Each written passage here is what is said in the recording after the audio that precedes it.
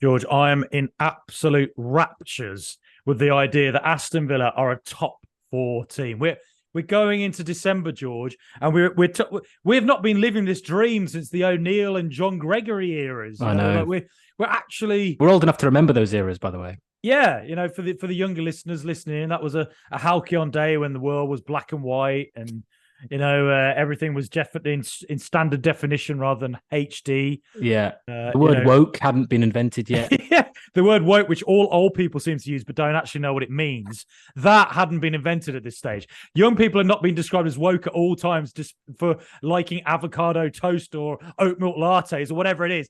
That word had not been invented. But here we are.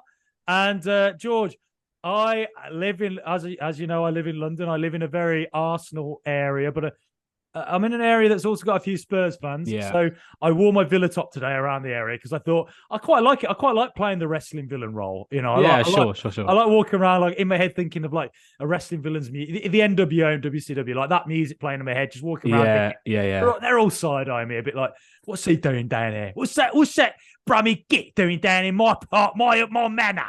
And anyway, so I went to a pub with one of my best mates in the world. He's a huge Arsenal fan, and we went to watch it because he said like, this is the one time in my life I really bloody support Aston Villa, and I can't bloody wait to watch this, mate. My God, like, so I got to the, and like the pub was it was like quite busy. But it was pretty quiet. Is this the pub that we went to? Yeah, it is. It's the same one. Yeah, it's the same pub. I know the pub. Yeah. And where we watched Tottenham beat us 4-0. That's right. Yeah. In the Halky on Stevie G days. Yeah, it was a Son and Kane masterclass, as I recall. Yeah, Stevie G said, "Yeah, look, the players just had to show a little bit more magic. I just, 4-0, it should be a little bit more magic. We've come a long way since then, Frankie. Maybe we could have lost 4-1 if we'd been a bit more magic. But instead, today in the same pub, those demons were put to rest, George. Yeah, and I didn't realize there were so many Tottenham fans because they were pretty quiet.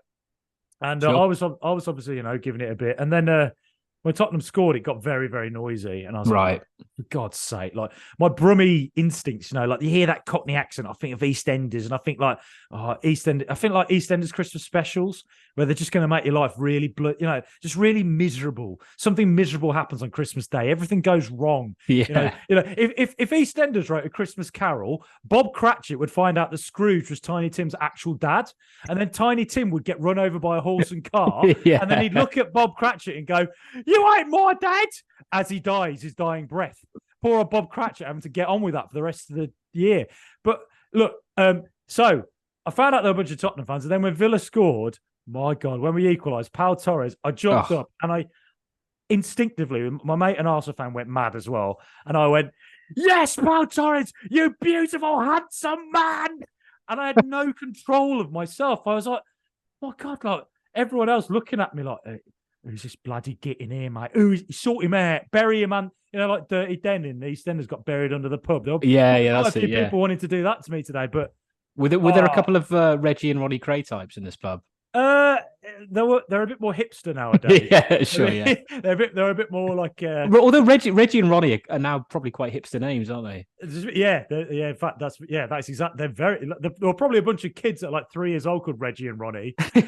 Probably maybe one called Alfie as well. Who knows? Yeah, true.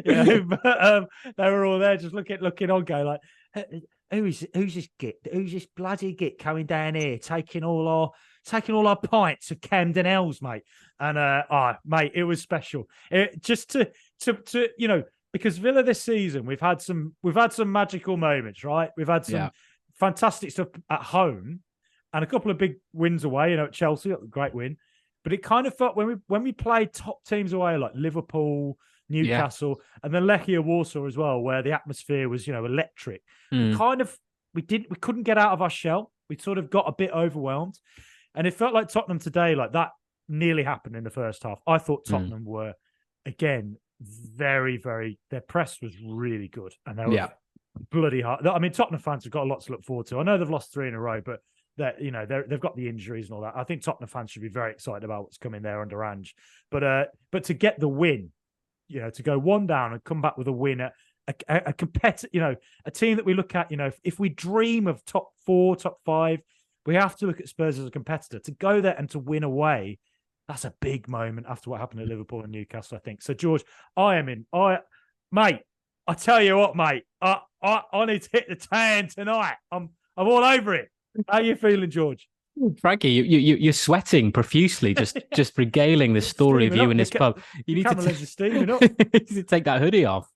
I mean, just phenomenal. I mean, as you say, particularly, the results we've had against Liverpool and Newcastle away from home this season, we needed to go to the new White Hart Lane. Is it called that still? I don't even know what the name of the ground is. Tottenham Hotspur Stadium, yeah. And try and get a result, either a point or something. But to get the 3 points there, I mean, Frankie, I have to say, in recent seasons, it has been a relatively happy hunting ground for both Villa and Ollie Watkins, who scored again there today. 3 wins. Yeah. So we have got some good form there, but yes, obviously under Postecoglou, Spurs are a different animal this season, or at least have been up until recent games. And I mean, who knows if they had Maddison, free to play, it may well have been a different story because they did have Van der Ven is a class act. Yeah.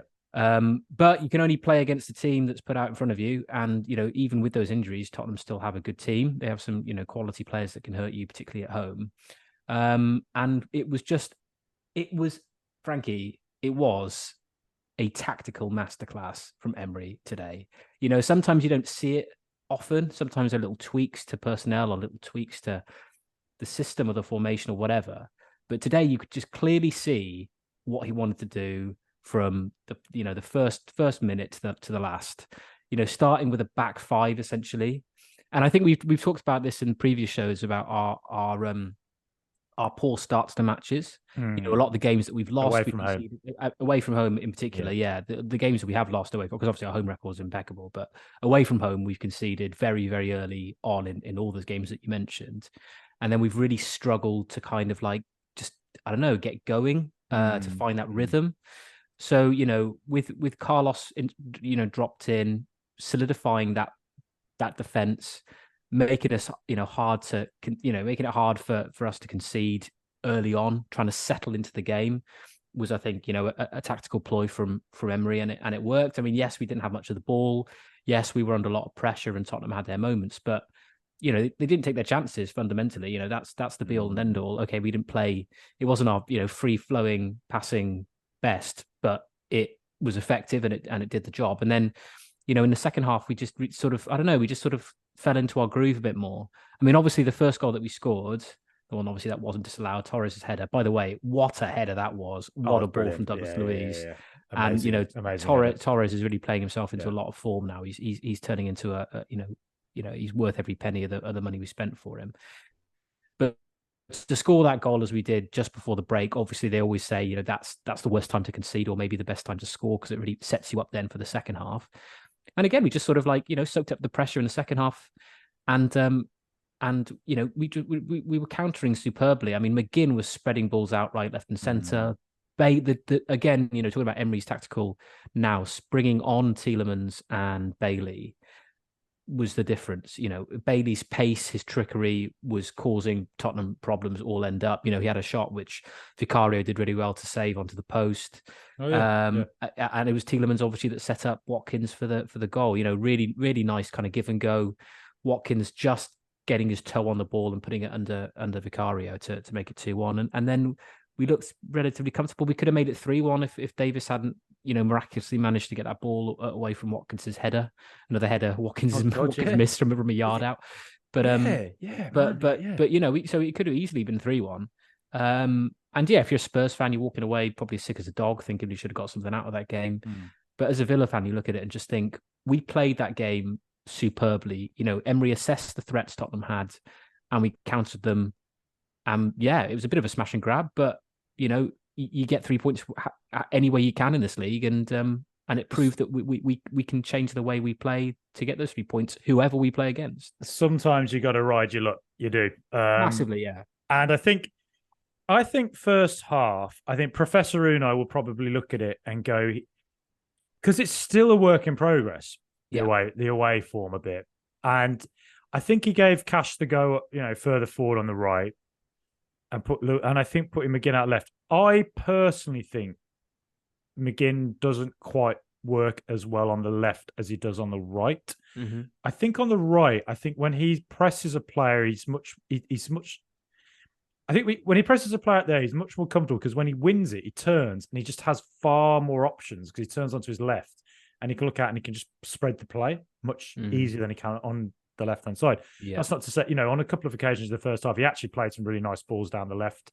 I think one of them came over to Dean and he whipped the ball in, and Ollie Watkins scored a goal, which debatable offside. I'm not sure that was offside. Tight. It was very tight, wasn't it? The one angle looked offside. Barely looked like a toenail, and then the other angle looked onside.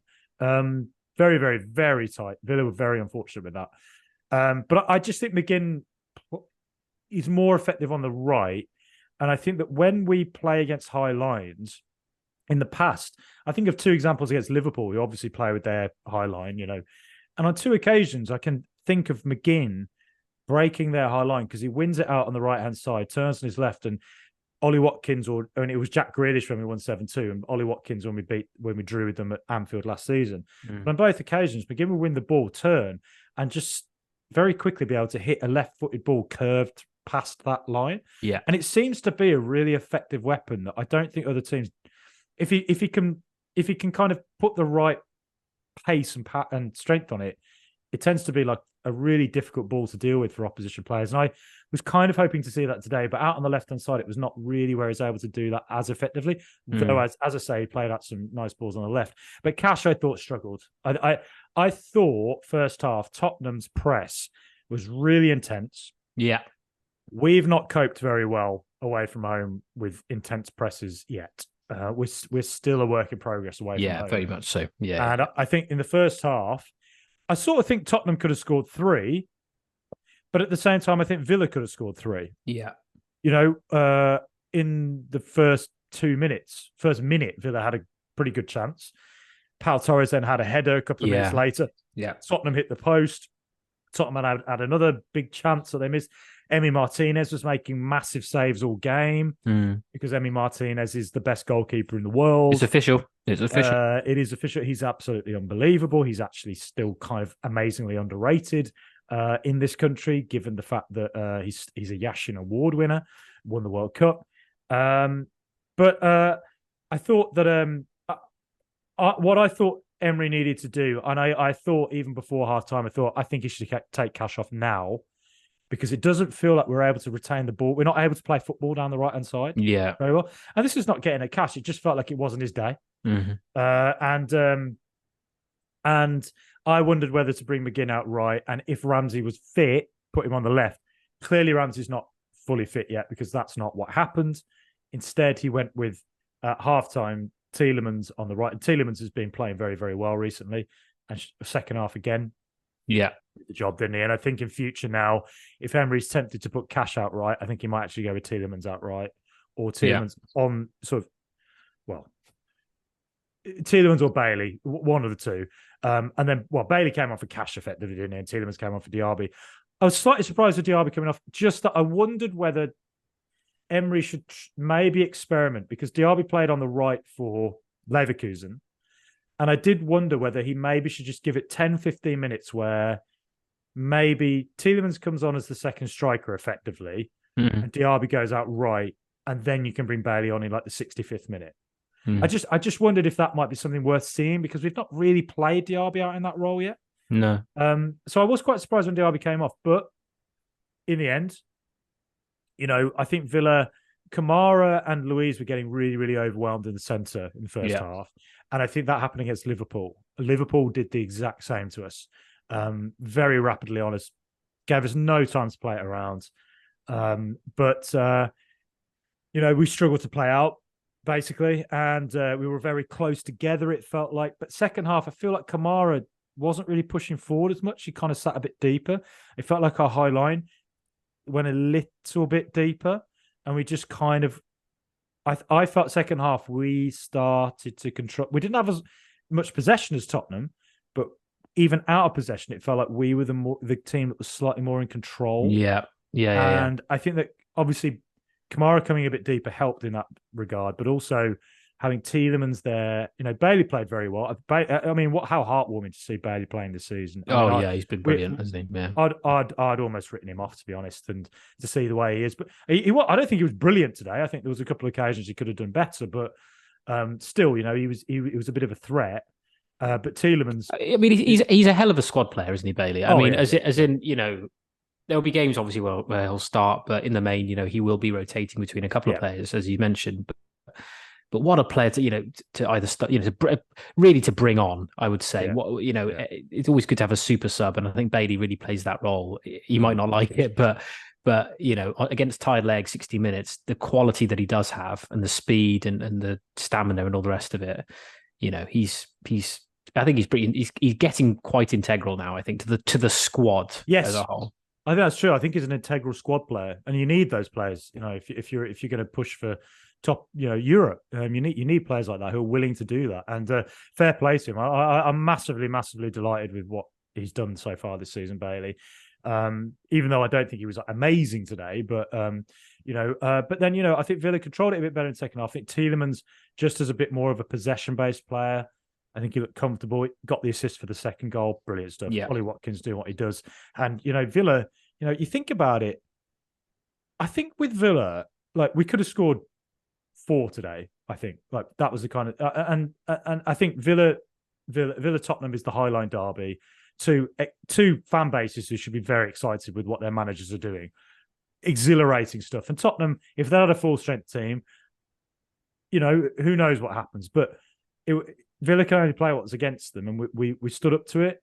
We got a bit lucky, Benska had to go off injured, but second half I think we did a job, and I think that's what we needed to do. And we were quite lucky to survive that first half storm, but we did it. And second half, to me, was a bit more like, okay, this might be the way we go with away games now. We might just have to sit off a little bit more than we are against the top away teams, just because it felt first half like we were in a bit of trouble. But second half, again, what I would say as well is that Tottenham, it felt like Tottenham had a lot of chances in the second half, but it was kind of an illusion.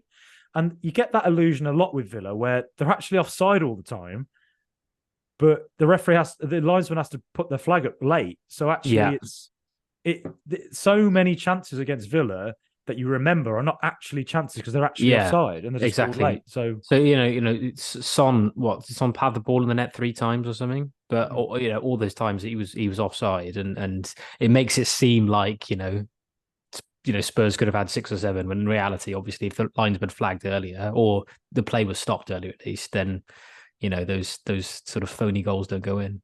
There was a bit of debate on social media about Cash's challenge on Bentancur and whether we should have seen red. I mean, it's not. It's a bit of a rudimentary challenge, but it's not a red card. I mean, it's not like I don't know what you think. I think I've seen tackles like that from many players. And they don't get sent off. I don't know. I just don't think it was late. It's a yellow. Yeah, it's definitely a yellow, but it's not a red for me. It's not a red card, but I think it came very shortly after Ollie Watkins' goal got disallowed and I still don't. I'm still very dubious on whether that was offside. I really am. So what do you think? Do you think the referee went lenient on one of our players because of that decision? No, I don't think he went lenient. I just think that I think Cash was frustrated. Okay. And I think it's a tackle that I wish he could take. He probably wishes he could take back. Yeah, sure. Because it was, if someone did that to a Villa player, I'd be pretty angry. All right. So I understand and I suppose, it's caused an injury to a player. And if you're a Spurs fan, you've got injuries and you're going to be at Bentancur's only just come back from injury anyway. Yeah. So obviously you're going to be annoyed. But I don't know. I understand he was frustrated, but again, it wasn't a red. It wasn't a red. Yeah. The tackle itself, if you just take the context out of it, if you just look at the tackle, yellow card for sure, but it's not a red. Yeah, I think that. I think George. I mean, we're top 4. It's December. Top 4 in December. Mental. Halfway through the season, really. We're 1 point behind Man City, and we play them next. And Pep Guardiola's pulling out the little bit of hair he's got left on his head. It's like he's like Homer Simpson, the 2 strands of hair. He's like he's yanking on them. Yanking them out, thinking like, I've got to go to Villa like in a week and a half. if he's a religious man, he's down at church praying every day, fiddling with his rosary beads, praying Absolutely, that yeah. God comes to the rescue, but God is Paul Maguire, isn't he, George? Yeah, He ain't absolutely. So answering he's a them big, prayers. exactly. Yeah, you're praying to the wrong God there, Pep. But yeah. I mean, if we can just touch on that very briefly, the next two games, obviously against Man City and Arsenal, Bournemouth, both. Bournemouth away as Oh, well. sorry, Bournemouth. That's right. Away, yeah. Sorry, but the two games that we do have in succession are Man City and Arsenal. Yeah. Both at home. Villa Park has been a fortress. I'm no fear from me, Frankie. I've got absolutely no fear. We obviously will go into the games as underdogs. We won't be favorites to win, but I do think there's something about Villa Park these days. There's something about what that team can achieve at home. I just think, like, even if we don't win those games, I still think we could take points off them. Yeah. But who knows? Yeah. Who knows? And I've never been more excited to face one of the top teams as I have been now. And I do think if we do manage to get something off them, even win one of those games, then we're up there, Frankie. We're up there, mate. I think I think Arsenal, City, and Liverpool are just a level above everybody else at the moment. And you say that, and I agree with a full strength squad. Yes, definitely. But I think stranger things have happened, as I mentioned. Leicester, but yeah, like if Liverpool get another injury crisis, I think with Liverpool, if Salah's injured, I think they really struggle. I think if they get an injury to a couple of their players, and they can definitely fall away. Man City squad is just incredible and can deal with literally any injury crisis you could throw at it. When a nation state runs a football club, things are easy, aren't they? They become more straightforward, sure. But I do think if Liverpool and Arsenal, if there were injuries to their teams, I think they can be got at. I think Arsenal can be got at. I do. I think they're not. I've seen them a few times this season. I think. I agree. I talked to it. So I was obviously with my Arsenal fan friend. I mentioned the Villa game coming up soon, and he said that he felt that Arsenal have been, as good as they've been, and they've won so many games and the top of the league, but he still feels they're a little bit. They're not quite full rhythm yet. I watched them against Brentford, and I thought, not Brentford. It's a tough place to go, obviously, but I didn't think they were anything special. I just think with Arsenal, look, I mean, we've got Warsaw in a kind of must-win game on Thursday. We'll see how that goes. Bournemouth away is an interesting one because if they play a low block, again it's like Forest away. Just don't concede early, Villa. Yeah, I agree. Yeah. We can, and they're in good form. 1-3 and 4 beat Newcastle 2-0 last week. Yeah. So again, smart coach Iraola. So yeah, very smart. From the same neck of the woods as Emery, I think, isn't he? Yeah. Last country, it seems to produce incredible managers. Xabi Alonso, watch out for him as a manager. I'll tell you about Leverkusen, amazing very to watch. Yeah. But then City. I just think City squad's just amazing. But then Arsenal, Arsenal's an interesting one. I don't know with Arsenal. I think we can take it to them. But I think a bit like the Tottenham game today. I think it'll be, for the neutral, very entertaining to watch. Yeah, I agree. George and I could be getting into a Napoleon-style battle. I haven't seen that film yet. Have you, George? I haven't. I kind of want to see it, but the trailer looks a bit daft. It looks a bit silly, doesn't it? It's a bit silly. It's Joaquin Phoenix. I like Joaquin Phoenix playing mad, lunatic, egotistical maniacs like the Joker and Emperor Commodus and Gladiator. So why not Napoleon? But George, this could be our Waterloo. The spicy question. And today I ask you, the Villa badge has been a big discussion point. Niche. Been a big discussion point. What would you like to see for the 150th year coming up? Yeah, well, they have to get it right this time, that's for sure. Yeah. It's been a bit of a mess, hasn't it? The whole redesign. And I don't know how much Purslow was involved in all of it. Obviously, he's gone now. We've sort of brought in a whole new sort of backroom team, and Chris Heck's been brought in. Obviously, a new team when it comes to kind of marketing the club, or maybe on a sort of a global footing. And yeah, I suppose with the bad situation, you need to get it right, and you need to try and think of something that will, transcend just the football team and work well as a global brand. We are in the age of the global brand, Frankie, and if we do want to be seen as a worldwide powerhouse of a football club, then we need to kind of get the as bit glib as it sounds, but the marketing right, the branding right, and all the rest of it. And also at the moment, we're sort of in this halfway house where we have some, obviously on the kits and on the training wear, we've got the new round badge, which we all kind of voted for, or at least some of us did last season. But then in other areas, it's the badge we had before, the shield and the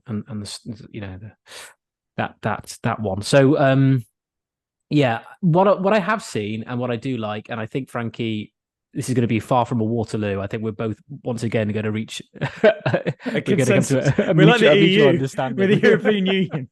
We are, yeah, exactly. We're agreeing to call a truce to any sort of violence breaking out between us. But yeah, I like the idea of having that standalone lion. I think again, I'm not like Mad Men. I don't really know much about marketing particularly, but I just think that standalone lion just works. It's really clean. It really represents the history of the club, and it's very, like, you can kind of stick it anywhere. It's like a thing that you could put on a shield, on a round badge if you want, or whatever. You can kind of stick it anywhere.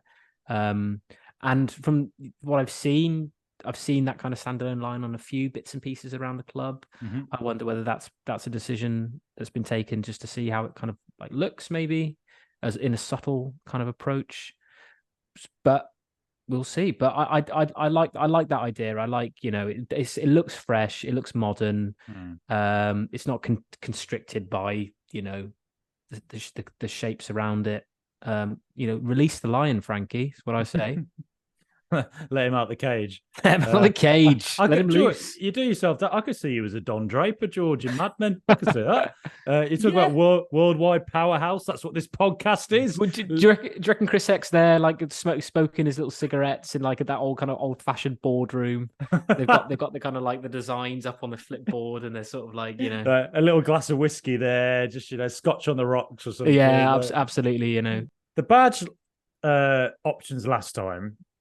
The kind of vibe I get from a lot of fans I've talked to is that fans didn't really like either design. No, it was the kind of best of a bad bunch vibe, wasn't it? And it feels a little bit, look, I can't say for certain if this is true. I don't know, but it felt a little bit like Purslow in his head wanted the round one.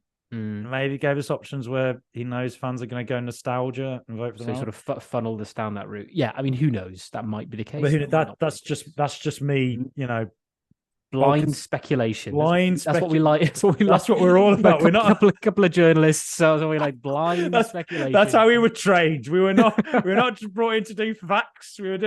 I think the thing with the round badge, I understand why a lot of fans, it's a very special thing for a lot of fans. It is, because it's representative of a time in Villa's history under Ron Saunders, when we won a lot of things, and it just coincided with that. It's not because of that. It just coincided, of course. And obviously it means my own uncle played in that badge. He had his glory years at Villa in that badge, so of course I have a lot of affection for it. But when you watch Monday Night Football on a Monday night, right? Well, Monday Night Football on a Monday night, of course. Sorry. Yeah, on a Monday night, of course. But anyway, when you watch it on Sky and you have all the badges of all the different teams, the round badge just looks generic. It looks bland. It doesn't stick out. And historically, I know that it was what Villa had for, 15, 16 years in his spell when we were successful and also relegated in that time. Yeah. But it's not actually historically what Villa have had. So like Villa have actually traditionally had more often than not a shield. Yeah. And the lion, the way it faces the ramp, I don't like the way it faces. I think it looks awkward. I think it looks better in the more traditional other way, basically, that we've had for our whole Villa supporting lives. Again, I understand arguments on the other side of that, but it just doesn't do it for me. And I think the shield always stood out. I think it's what, I still have it on my own shirt. To me, it just looks more Villa.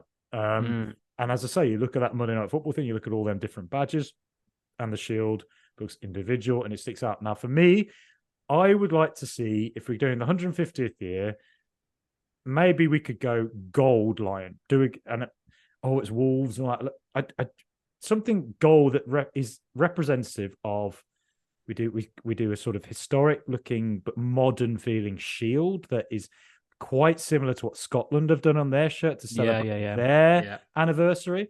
And the Scotland badge, if you look at John McGinn playing in it, the Scotland shirt recently has looked absolutely beautiful. Yeah. And the badge on it, whilst the badge has no colour, it is a shield and it has the gold line on it. And I sort of think, well, Villa should have colour on the badge to stick out, but also the line could be gold, and it could be like a nice, because Villa's Scottish origins with William McGregor. I think it could be a nice sort of representation of that if it's done in a modern way, a nice way. And then on top of that, if you can make the shirts cool, something people want to buy, wet-proof. Particularly wet-proof. Jesus, it's sweat-proof. But something that just stands out, and something that for the 150th anniversary, people can always say that was a very special, unique season. Yeah, it was a special shirt. Hopefully, BK8 can get kicked out, because I just do not like BK8. But who knows with sponsorship deals and all that. But I think I would like to see, personally, just to return to the shield, maybe something gold, just about a gold badge. I'm sorry about that if people think Wolves, but it doesn't have to be Wolves. It's not Wolves. It's just, and then just kind of a shield maybe, but a sort of more modern.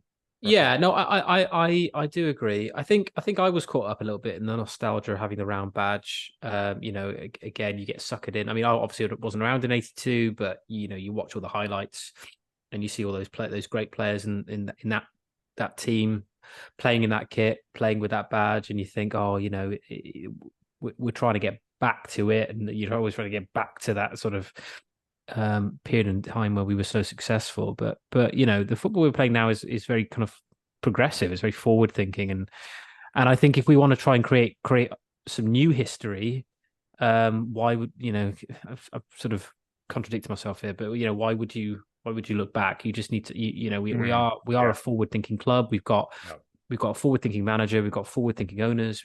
So let's do something different, something which is unique, something which is which is ours and different. And you're right. If you look at the round badge, particularly, there people are always making comparisons between our badge and Chelsea's badge, looking very, very similar, and it's hard to disagree with that. I think you've got to have something that is unique. And actually, you mentioned you'd like to see sort of a line, sort of a single line, which could be nice. But something I noticed as well is that Man United on their third kits have the lone devil. It's like an individual. There's it's just something a bit different. And again, a lot of people are going to be cynical about that.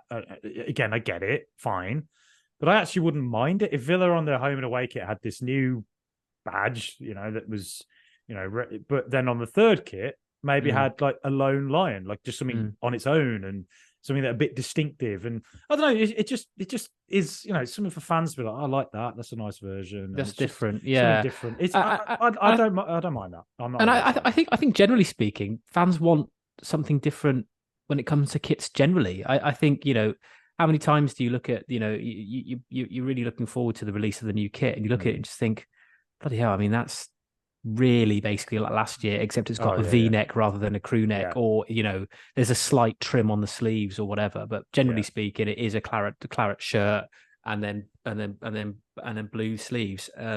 We've had that for a few seasons now. I just think like people love like the '94 kit. They always bang on about the stripes, and like, yeah, okay, it might unsettle a few and be like, oh, that's a bit bold and a bit weird. But I love, like, again, it's that feeling of uniqueness, Yeah, that feeling of kind of like people like taking, like, sitting up and taking notice. Like, that's what Villa play in. Oh, yeah, interesting. yeah, It would be nice. And again, as you say, for our 150th year, if we combined, a new interesting badge with a new interesting kit design, I think it would go down really well.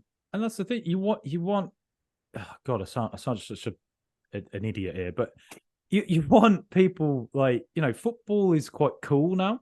I did a whole Oh, yeah, piece on yeah, this yeah. for one of the broadcasters I work for about how football kits are quite trendy, and fashionistas wear them and all this stuff. And Yeah. Arsenal in particular, a club who have done very, very, very well from that. They have a very young and diverse fan base. They, models have been wearing their kits on red carpets. Hmm. They have shirts designed for that's not even worn on the pitch. Yeah, it's like streetwear. But yeah. Yeah, street, and I, that's how we have to think. If we're to be a club that's at the very, very top or wants to compete at the top, you do Mhm. have to think about these things, and you You got to do. think about Yeah. stuff where you want a youth audience to look at it and be quite into it, and if we can make kits with badges that are good or just designed in a way that's like something you think, that's I'd wear that on a day out. And Yeah. considering football is in fashion, in vogue now, you want Tom Hanks wearing it on a red carpet. You want Prince Absolutely. William going Yeah. to his coronation wearing a Villa kit. Or David Cameron accidentally wearing a West Ham kit, or Yeah. Ozzy Osbourne. That's it. Like Black Sabbath walking around in it. But young kids, like people, teenagers, guys in their early 20s, girls in their early 20s, whatever. Well, whatever age, it doesn't matter. But wanting to wear this stuff because it looks good, and Yeah. I think I mean, that's where an you know, example of where, like, a club that isn't successful but is known really for its marketing and it's certainly its kit design is Venezia in Italy. yeah, They were in Serie A last season. I think we got relegated. Not the best team. yeah, But you think of Venezia and you think of the incredible kit designs that they've it looks had, good. and it looks good. And people would Yeah, wear, I've seen people wear them, and I go, okay. So some people might be okay. That's a bit hipster and yeah, this, that, and the other. But ultimately, it's getting the shirt out there. And if you look at the shirt, you're thinking, oh, what club is that? Oh, that is so and so. Oh, let's see how they're doing or whatever. If you can get people wearing Villa shirts out and about, how yeah, amazing would that be? yeah, Just because they might not support the club, or they might just like the kit, but at least you're getting the brand out there. yeah. And That's the important thing. I think, God, we've turned into madmen here, George. But think about it. We've got, for the first time in our history, an Argentina icon in Emi Martinez. Is like absolute. I was in Barcelona recently for work, and I went to a bar, and I said to the person behind the bar, I said, "Oh, how do you say this in Spanish?" Because I like to learn languages and I like to try and learn phrases and all that. And they said it to me, and I said, I couldn't like quite get the dialect. I was like, I said, where are you from? And it said, from Buenos Aires. And I was like, oh, wow. I said, well, one of my big heroes is Argentinian. Like, who's that? I said, Emi Martinez. They went, Emi Martinez. And they were like, greatest goalkeeper in the world. I said, yeah. Damn bloody right he is. You're damn right. They gave me a free drink and everything as well. So if you're ever in Spain, just try your chances. You never know. It's worth it. But like I said, look, you got Emi Martinez, you got Douglas Luiz as a Brazilian international, Emi Buendia, Argentinian. We've got stylish, handsome, gorgeous Pau Torres. We've got the most handsome team in the world, they're dying to be sort of put in that clobber. George, we've got the most handsome podcasters and the most handsome football players in the world. It's true. But the thing, like, if you're in Argentina and you got Emi Martinez plays for Aston Villa, and you think, I love Emi Martinez, and if Aston Villa are producing shirts that are cool, yeah, well, it's a no-brainer. You might want to wear it. Oh my God, I didn't realize we were right. such marketing gurus. What's Chris Egg's number? Hold on a minute. Just give a quick. The amount of people who are now unsubscribing to this podcast, I didn't realize there was such.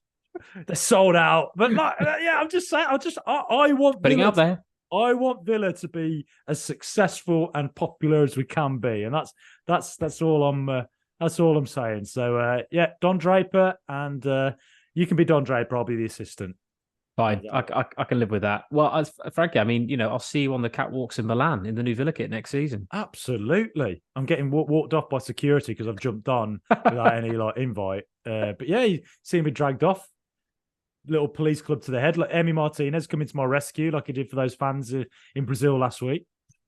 Listen, any publicity is good publicity, Frankie. Yeah. All for this podcast. Absolutely. I get brain damage for this podcast. Very good.